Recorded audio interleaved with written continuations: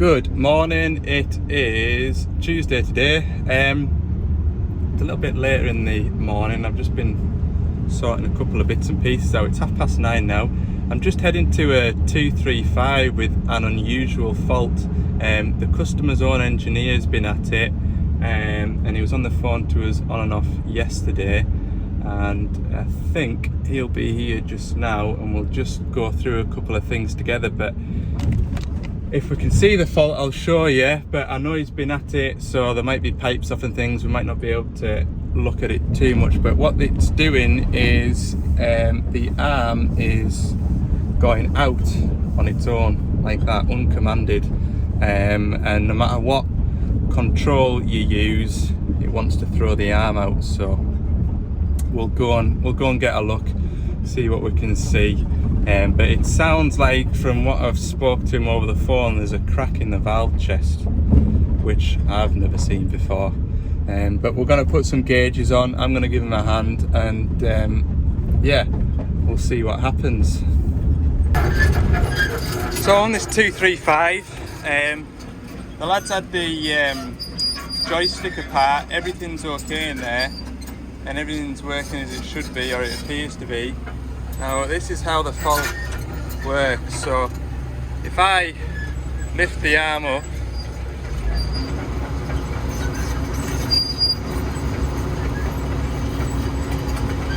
see the arm's going out on its own, I'm not touching it, and then when the auto idle drops, the arm just comes in on its own. Now when I arm out, it'll power out no bother. And as soon as I let go of it, it's creeping in, and then when the auto idle kicks in, it drops. So the oil's escaping from somewhere. We've been working the machine, and the oil is red hot on the dipper circuit, which is unusual. Next thing that we noticed, if we look at the pressures, hang on.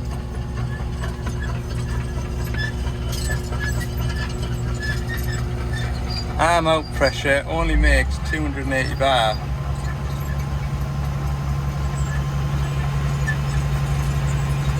Rather than about 330. And the arm in function doesn't work at all. In fact, the arm in function actually holds the boom in one place, as you can see there. If I let go of the arm in function, drops. So it is a strange one. I'm not sure how much I'm going to film just now, because we're going to need to get some gauges out and have a right good go at this. Just taking the lid off the return tank, and there's a bit of metal filings gathered up on the top of this return filter here, and you can see in among there there's also bits of seal as well. And the hydraulic lines going to the dipper ram are red hot.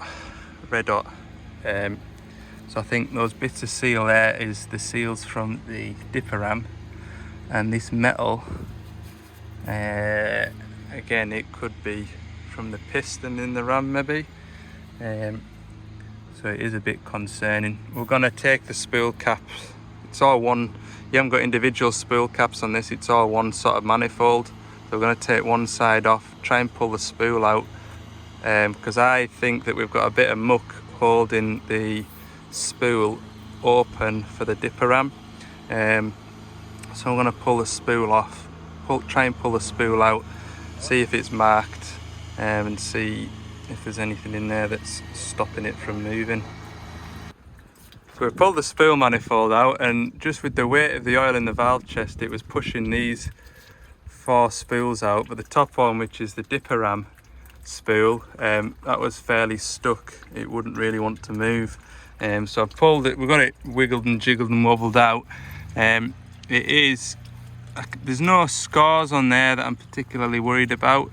There's a little bit of wear, but not much. So we'll give it a clean up, and we'll slide it back in. We'll put it back together, because whatever might have been keeping that spool from going back to neutral, chances are it'll have as we pulled the spool out, it'll have fallen out and got washed in away with the oil that's going to go back to the tank. So obviously you can't help that, it's just, it is what it is. So we'll put it back together and we'll try the machine and see what happens now.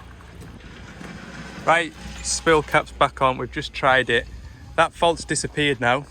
So if I work the machine, I'll show you. We've still got an issue with the arm falling, but it falls in both directions, and it's the seals in the ram. It wouldn't even surprise me if the piston in the ram's damaged, which is your metal filings that we've seen on top of the return filter there. But we've solved the problem as to why it's doing weird things, why the arm's going out in itself. So what they're going to do now is they're going to back a wagon up into here, put it on the wagon, take it back to their workshop. They'll sort the ram out, they'll drain the tank, replace the filters, put the machine back together, and hopefully this will be a good machine. The backstory of this machine was it was picked up from Euro auctions last week, and it went straight to work on Saturday, where they noticed the arm was falling while they were kind of working. It was falling on its own, and the problem developed. The arm was creeping out on its own, creeping in, it was doing all sorts of weird things. But anyway, I'm pleased we pulled that spool out, because talking to him yesterday on the phone and a little bit this morning, it was sort of sounding like, well, is the valve chest cracked, because it's getting a pressure. But it's one of them, it's, for me anyway, when I'm talking something through to somebody on the phone, it's one thing, but when you actually sit on the seat, you look at the pressures and put 2 or 3 things together, how the machine's working. I personally find it a lot easier to make a judgment rather than sort of talking about it over the phone to somebody. But anyway, I'm not going to start it. I think the less this machine's running, the better, because obviously we've got contaminated hydraulic oil. So yeah, probably best that we don't start it. Okay, right, I'll gather up my tools, try and sort my tools from his tools, and get back to the workshop. A little bit of paperwork to do, and then after lunch I'm going to nip away to a DX10. Okay, right, DX10, oil leak first. I don't even think you'll be able to see with this camera. Let's see. That, well, hold on, I'll come back to you in a sec. Right, that there is leaking oil around this edge here. So I need to try and get at that. Oh, it might not be so bad. That one there, is it? Or is it that one there? I'll double check. One of them. Oh man, I get all the good jobs.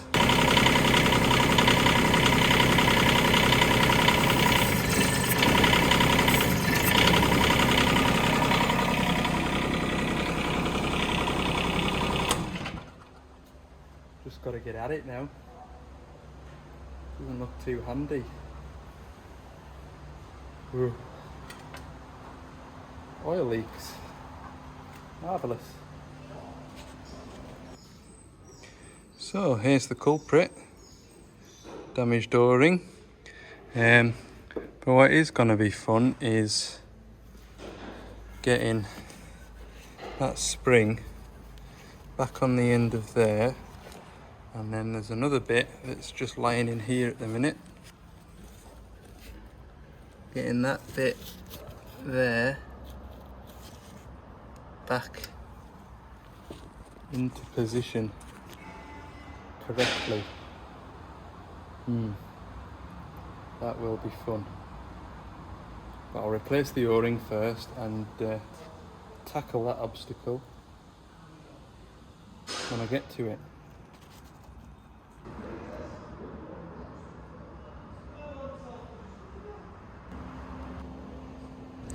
Aye, I got that valve back in. Little tip, you maybe already know.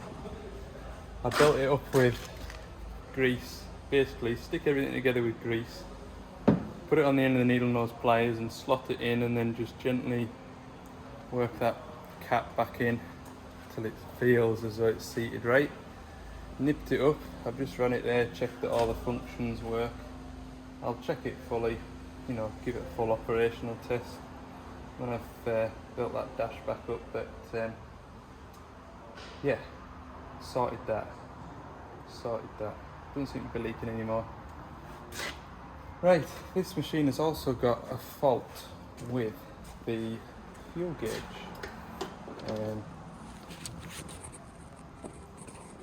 Has got moisture in it. And what was he saying? Sometimes reads empty when it's full, sometimes reads doesn't quite go all the way at the full mark. If you look there, not quite at the full mark. God, they make a horrible noise until you start it. That noise goes right through us. I bet it's even worse on camera. Anyway, I'll pull that panel off and see what we see.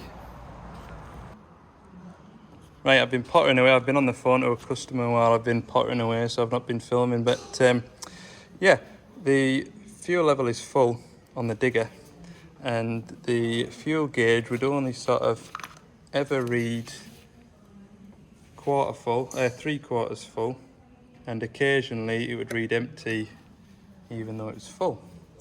I did the same again, checked the wiring from there through to there, checked the resistance in there, everything seemed okay. So because I've got that fuel gauge on the van from that DX10, I want to say it'd be a month and a half ago now, isn't it? Easily. Remember when I went and had a similar fault, and the guys just, I've tried phoning as well by the way, but the guys just never give us a chance to go back and do it. The machine's either busy or it's locked up or one thing or another. They're not contacting us to let us know the machine's back in the yard. So yeah, had a fuel gauge on the van anyway, so that's where that's gone now. So right, fuel gauge is on, and yeah, I'll put it all back together now. There we go, that's it all put back together. All the problems with it have been rectified, and yeah, just pack up my tools now. 4:20, so call it a day. Morning, it is Wednesday. It's a little earlier than usual, and the reason for that is I'm gonna nip down to Liverpool and Leeds. If you've watched previous videos, I had a couple of mandatory recalls to do on a couple of loading shovels. That'll be around Scott plant time. So was that May? Anyway, there's a couple more to do now. There's a software update for the engine ECU, so it's something to do with allowing it to do a regen at lower temperatures, I think, from what I've read up. So it is a case of go down to the machine, put the laptop on it, install a new map onto the ECU, and then go to the next one. So it shouldn't be a bad day. Content wise, I think it'll be be a bit might be a bit plain, I don't know, just have to see. But yeah, I'm gonna go down to Leeds. No, I'm gonna go to Liverpool first, and then I'll go to yeah, Liverpool first, and I'll go to Leeds, just because I did it the other way around last time, so I'll do it the other way. Right, fuel level's all right. We'll just get on the road, eh? We'll get on the road. I feel like I'm making progress then. All right, I'll see you in Liverpool. Made the same mistake as I did last time. I took the wrong turning and ended up heading in the wrong direction for 5 minutes. It was just a couple of minutes detour, but when you've got about 7 lanes of traffic and the sat-nav's saying take the 3rd lane, and then next thing you glance at it, it's saying, oh, I need to be in the 5th lane. Oh, I tell you, tell you. Couldn't get used to working around here with all these bumming roads about. Anyway, I'm just waiting on the machine to turn up, and yeah, I'll put my laptop on it, do the update, and go and get the next one. Hopefully, should be fairly straightforward. It'll be the first time I've done a software update on a stage 5 engine, so if it's anything like the older ones, it shouldn't take too long. And updating the software on these machines, you're overwriting the software, so if something happens, your laptop dies or the connection's lost, doesn't mean that the ECU's kaput. You can just fire it straight back up and try again. So yeah, be alright. Right, here it is in all its glory. This is a 320. I thought it was a 380, but this is a 320. And like I say, I just got a software update to do, so I'll climb on up there. It's a hell of a dusty yard, but it's a nice day. Right, I'll try and make this as interesting as possible. So I think from memory, this is, like I say, it's the first time I've used this computer software for a stage 5 engine. So had a bit of a moment there, trying to connect to the engine because it wouldn't recognise the COM port, so I've had to go in and set up all the COM port settings and stuff like that. So I'm finally into it now. Yeah, all I need to do is basically I need to snapshot the current software update and the current software, and then update it to the latest software. So that'll be that. Pack up and on to the next one, hopefully. Oh, we're not having some sort of an easy day. This is turning out to be, we're not having a good time of it. Yeah, it won't accept the file for the new ECU map. Been on the phone to a lad that's updated one at the workshop before it's gone out to a customer. He said it just went straight on. So he emailed me the file that he used to put on it. That went the same way as the file that I got emailed from my service manager. It just didn't want to accept it. So then I've been on the Doosan service site and I've re-downloaded the software straight from their site onto my desktop and tried putting it on that way. It still won't work. I've been on the phone to my service manager. It looks like the software that I use to update the software is out of date, or it looks like an early version anyway. So I've just downloaded the latest version of the Diagnosing software. We'll see how we go from there, but yeah, it's 20 past 11 now. I thought this would only be a 20-minute job. Never mind. We'll persevere. His laptop's having a workout today, I tell you.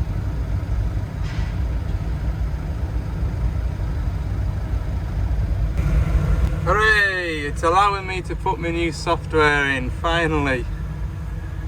There we go. Right, we're on the home straight now, or at least we're making good progress. Hey man, I tell you what, that internet puck on the roof of that van. So I've got a SIM card in the van that's getting a 4G signal. It's unlimited data, and that puck there is then broadcasting my Wi-Fi over to me over here. I tell you what, that's paid for itself, that thing has today. It has. Oh look, you can tell it's updating. Sit and listen to this thing beep now. Shouldn't take too long though. I tell you, that is a relief. I thought I'd come all the way down here and gonna have laptop troubles and drive all the way back. Right, let's get on. Right, it is 10 to 12. A bit later than I would like to be setting off to the next one. But anyway, we'll point the van in the direction of Leeds, and that next visit should only be 15-20 minutes tops. So yeah, it was always going to be there was always going to be hiccups in the first one. So I'll I'll jingle on in that direction. Hopefully won't get lost. Okay. I've just taken a little diversion. I'm actually down in Ollie Blogs country, and yeah, I thought I'll have a drive past the farm. I can't imagine they'll be in, but yeah, I thought I'll have a drive past. That's his farm over there, in that direction. I'll have a nosy. He's not about. I've just had a chat to one of the lads in the yard here, but aye, nice to just drop in anyway and have a quick look. So anyway, I'm gonna get on over to Leeds now, so we'll crack on.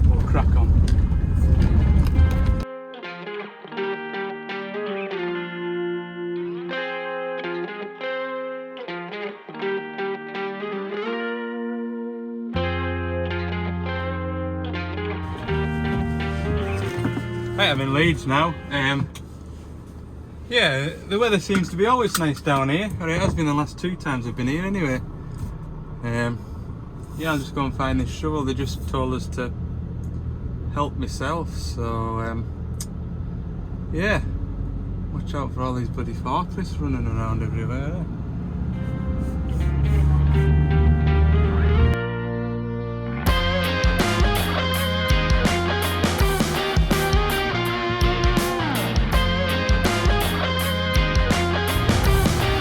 Right, this one's going a lot quicker, so that's the new ECU information on, so I just need to save all the information now to prove that I was here, and send it all off to my warranty man.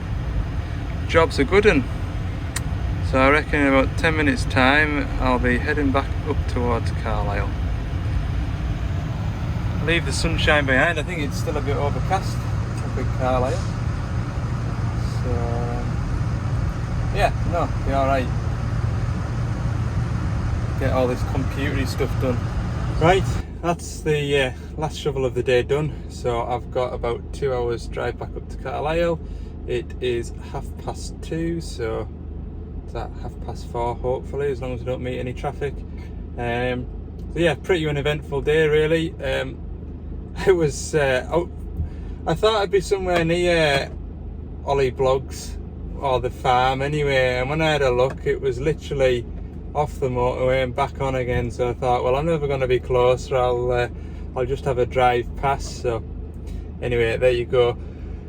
Tomorrow yeah, tomorrow I have a 160 high track and a free flow return to go and fit out in it's not in the woods actually, it's in a workshop tomorrow. So anyway, we've got that to look forward to. But if you made it this far, thanks very much for watching, and don't forget, if you haven't already, hit the subscribe button. Remember, it's free, and I'm trying to get to 2,000 subscribers by Sunday. So if you haven't already, click the subscribe button, and you've been watching these videos a while, why not? Yeah, and if you've enjoyed the video, give it a like, and for more bits and pieces throughout the week, have a look at Ali's Digger Diary on Instagram.